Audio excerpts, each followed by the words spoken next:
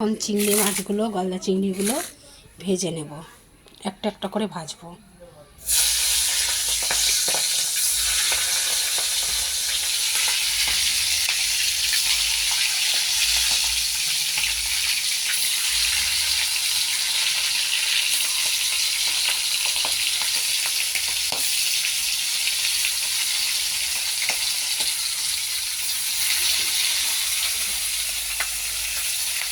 হালকা হালকা ভেজে নিতে হচ্ছে মাছটা।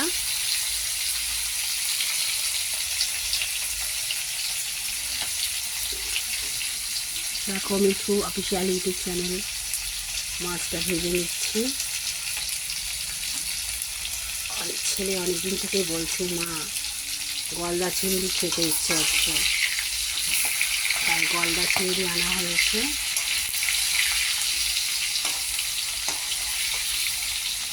টক দই আমাদের, দেখো গরিব মানুষ, কী বলবো, তো খুব খেতে ইচ্ছে হচ্ছিলো যে দিয়ে খাবো, তা হলো না। ডাব কিনতে চেয়েছিলাম, তা ডাব দিয়ে তো করতে পারলাম না, এবার এরকমই খাই।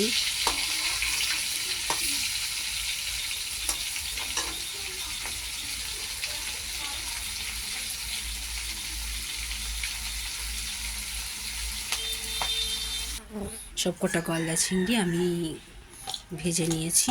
এইবার আমি এগুলো মশলাটা করব। মশলা করার পরে এইগুলো